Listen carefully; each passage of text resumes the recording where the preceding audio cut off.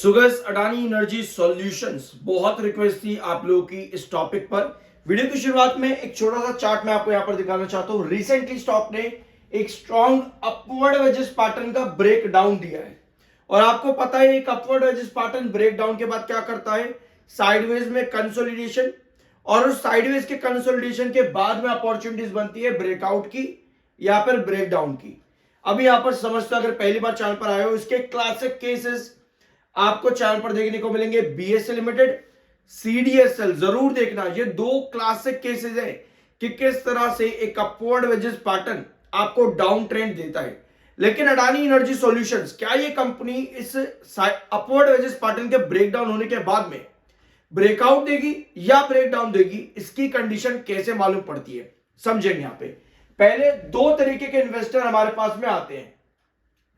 एक रिटेलर जो कि कहता है भैया कंपनी ने हमको बेवकूफ बनाया, बढ़ता है और वापस वहीं आकर के गिर जाता है महीने के आखिर में, ठीक है। एक रिटेलर कहता है कि भाई 3 बजे के बाद बढ़ेगा। तो आपके पास दो तरीके के इन्वेस्टर आ गए, जो कि भैया इतना ऑप्टिमिस्टिक है कि इसने बता दी कि 3 बजे के बाद बढ़ेगा। एक जो कि कहता है कंपनी बेवकूफ बनाती है। ऐसे में एक रिटेलर क्या करे? एक रिटेलर को कभी भी दूसरे रिटेलर की बात तो भैया सुननी नहीं चाहिए। हमेशा ध्यान रखना चाहिए एनालिसिस और रिसर्च पर। एक रिटेलर को इन दो पॉइंट्स पर हमेशा ध्यान रखना चाहिए। कंपनी ने रिसेंटली एक अपडेट जारी करी थी, अडानी एनर्जी सॉल्यूशंस ने, केपीएस 3 एचवीडीसी ट्रांसमिशन लिमिटेड। ये कंपनी ने एक अपडेट दी 3 दिन पहले, आपको शेयर पर रिकवरी देखने को मिली। ऑल्दो आज हल्की सी करेक्शन है, ठीक है। 3 दिन पहले आपके पास अपडेट आती है, स्टॉक एक रिकवरी शो करता है, आज हल्की सी करेक्शन पर है। क्योंकि रिसेंटली क्या हुआ है, आपका रिसेंटली एक upward wedges pattern break down हुआ है। ऐसे में आपके पास टेक्निकल्स आते हैं 71.3 का एमएफआई जो कि बेरिश है, और 61.9 का आपका अर्स है। टेक्निकल्स न्यूट्रल प्लस बेरिश आपके यहां पर बने हुए हैं। तो भैया अब आते हैं आपके चार्ट पे, ठीक है। अभी हमने देखा कि एक अपवर्ड वेजेस पैटर्न, उसके बाद एक साइडवेज में आपके पास 3 लेवल्स आते हैं। पहला आता है 1010 का, दूसरा आता है 989 का, 989, और क्रूशल बेसलाइन आपकी बनती है यहां पर अराउंड 950। ये 3 लेवल्स आपके पास में आते हैं। अगर हमको यहां पर बहुत जल्द ब्रेकआउट चाहिए, हमारे में पेशेंस नहीं है, हमें 3 बजे के बाद ब्रेकआउट चाहिए, तो उस कंडीशन पर आपको क्या चाहिए होगा? उस कंडीशन पर 989 और 1010 के बीच में आपको कंसोलिडेशन चाहिए होगा। यानी कंसोलिडेशन कैसे आता है?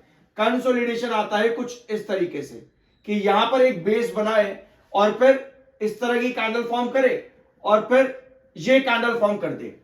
इस तरह से आता है आपका साइडवेज में ब्रेकआउट। पहली कंडीशन ये बन जाती है अकॉर्डिंग टू टेक्निकल, और इन दोनों लेवल्स के अकॉर्डिंग भी। बट अगर हम और ज्यादा पैटर्न को यहां पर समझे कि भैया चलो 989 अगर टूटता है, आपको एक चीज पता चल गई कि अगर ब्रेकआउट करे जाएगा तो कैंडल्स किस तरह की बनेंगी, और आपको यह भी मालूम होना चाहिए कि भैया कौन सी कंडीशन पर मुझे कॉशियस और अलर्ट रहना है।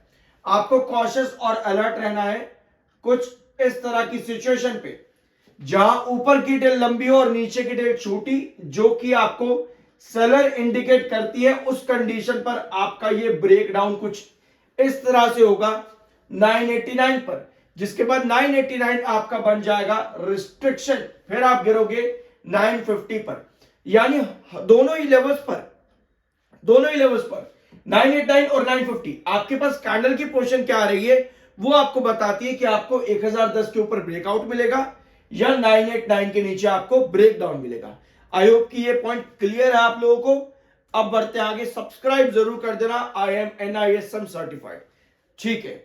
अब जब हमको चाहिए कोई बड़ा ब्रेकआउट, हम कह रहे हैं भाई 4000 हो जाए, 3000, इस तरह की चीजें जब भी आप लोगों को चाहिए होती है, आपकी नजर होनी चाहिए कंपनी के रिजल्ट्स पर। लेकिन रिजल्ट्स पर सीधा नहीं कि भाई कंपनी के रिजल्ट्स देखे और कंपनी के ऊपर टूट पड़े कि भाई इतना बढ़िया रिवेन्यू दे दिया कंपनी ने, इतना बढ़िया रिवेन्यू कंपनी ने दे दिया, क्या कंपनी है, मजा आ गया। नहीं, रिवेन्यू जब हम लॉन्ग टर्म के अंदर देखते हैं, हमें देखना होता है कंपनी का ग्रोथ कैसा है। ऑल्दो पिछले 2 क्वार्टर्स के अंदर कंपनी का रिवेन्यू भले ही आपको बढ़ता देखने को मिल रहा है, लेकिन जो ग्रोथ है वो कंपनी का डाउन जा रहा है। पिछले 2 क्वार्टर में कंपनी का ग्रोथ डाउन गया। अब जब हम बात करते हैं कंपनी के ग्रोथ की, तो हमारे पास कंपनी का प्रॉफिट ग्रोथ भी होना चाहिए। तो अगर हम प्रॉफिट ग्रोथ देखें कंपनी का, तो जून के क्वार्टर में कंपनी ने क्या किया, जून में कंपनी ने 317% का ग्रोथ दिखाया ईयर ऑन ईयर बेसिस पर। जून का क्वार्टर 317% का ग्रोथ, और सितंबर में -21%। तो जून में कंपनी का प्रॉफिट ग्रोथ इतना ज्यादा था कि कंपनी ने अपने रिवेन्यू ग्रोथ को क्या कर दिया, हाइंडर कर दिया। इस पॉइंट को कंपनी ने छिपा दिया। ऑल्दो सितंबर में कंपनी का ग्रोथ काफी ज्यादा गिरा, तो स्टॉक क्या कर रहा था, स्टॉक कर रहा था कंसोलिडेशन। कोई बड़ा ब्रेकआउट नहीं, मेयर कंसोलिडेशन स्टॉक ने यहां पर किया अपने सितंबर क्वार्टर के बाद में। जून में कंपनी ने अपने रिवेन्यू ग्रोथ को छिपाया, क्योंकि प्रॉफिट ग्रोथ 300% का बढ़ा, तो स्टॉक ने क्या किया भैया, ब्रेकआउट की तरफ चला गया। लगभग 750 से 1020 तक यह बड़ा ब्रेकआउट आपको मिल गया। यानी कि अगर हमको बड़े ब्रेकआउट्स चाहिए होते हैं, छोटी मोटी रिकवरीज तो आपको चार्ट पैटर्न्स पर भी मिलती है, छोटी मोटी रिकवरी आपको टेक्निकल्स पर भी मिलती है, छोटी मोटी तेजी आपको न्यूज पर भी मिलती है। लेकिन इस तरह के बड़े ब्रेकआउट जिस तरह आपको मिला अभी रिसेंटली 750 से, वो आपको मिलता है इस तरीके की ग्रोथ से। आप सिर्फ प्रॉफिट देख करके नहीं कह सकते कि भैया कंपनी ने बहुत बढ़िया काम करा, मुझे तो मजा आ गया, क्योंकि यहां भी कंपनी ने इतना बढ़िया प्रॉफिट दिया, लेकिन ग्रोथ कितना दिया कंपनी ने, 79% का। उसके बाद कंपनी का ग्रोथ और बढ़ा, तो यहां कंपनी ने रिटर्न दिया, यहां पर कंपनी रिटर्न नहीं दे पाई। अब रिवेन्यू ग्रोथ कैसा रहा कंपनी के इतने बढ़िया प्रॉफिट के अंदर भी, रिवेन्यू ग्रोथ कंपनी का रहा 27% का, यानी कि सितंबर से कंपनी का ग्रोथ गिरा। तो ये पॉइंट्स होते हैं जिनको हमें समझना चाहिए जब भी हम लॉन्ग टर्म के लिए जा रहे हैं कि कंपनी का ग्रोथ पैटर्न क्या हमको बता रहा है। इसीलिए आपके पास आता है प्री एनालिसिस। अब भैया ये प्री एनालिसिस क्या होता है, लगता है पहली बार चैनल पर आए हो तो सब्सक्राइब कर देना अगर अभी तक नहीं किया है तो। जैसे कि दिसंबर क्वार्टर आपके पास आने वाला है, आप क्या करते हो, कंपनी के ना पिछले रिजल्ट्स, यानी कि कंपनी सितंबर के कंपैरिजन में दिसंबर कैसा दे रही है, ये आपको देखना होता है। भैया यहां पर बढ़िया दे रही है, आप आते हो 2023 में, भैया यहां भी आपको बहुत बढ़िया रिजल्ट दिख रहे हैं दिसंबर के इन कंपैरिजन विद सितंबर। अब आते हो आप 2024 में, तो यहां भी कंपनी ने क्या किया, थोड़ा सा वीक कंपनी यहां पर रही दिसंबर 2024 में। अब सितंबर 2025 में कंपनी ने क्या किया, कंपनी ने 6% का ग्रोथ दिखाया यहां पे ईयर ऑन ईयर बेसिस पर।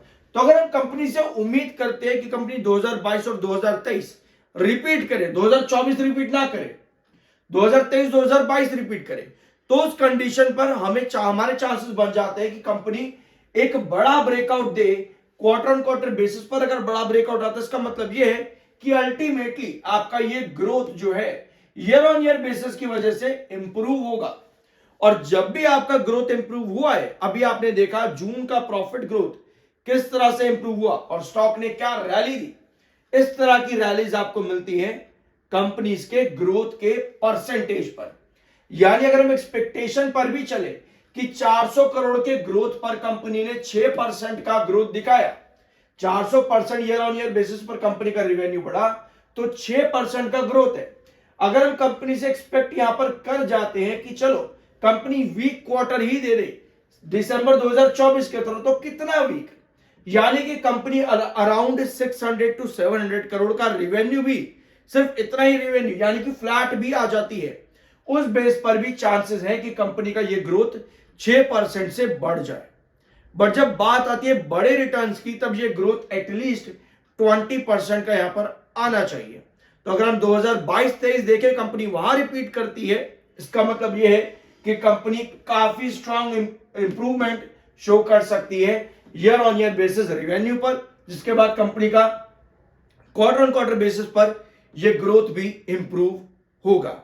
अब इस वीडियो में आप लोग यहां पर क्या समझे, आप लोग समझे कि एक अपवर्ड एजेस पैटर्न ब्रेकआउट और ब्रेकडाउन कैसे होता है, उसके बाद साइडवेज पैटर्न पर आपके कौन कौन से लेवल्स नोट होते हैं, और साथ में किस तरह से आप शॉर्ट टर्म और लॉन्ग टर्म के अंदर कंपनी के अंदर काम कर सकते हो। तो ये था आज के दिन का वीडियो। आई होप कि आप लोगों को कुछ सीखने को मिला होगा। मिलता अगले वीडियो में।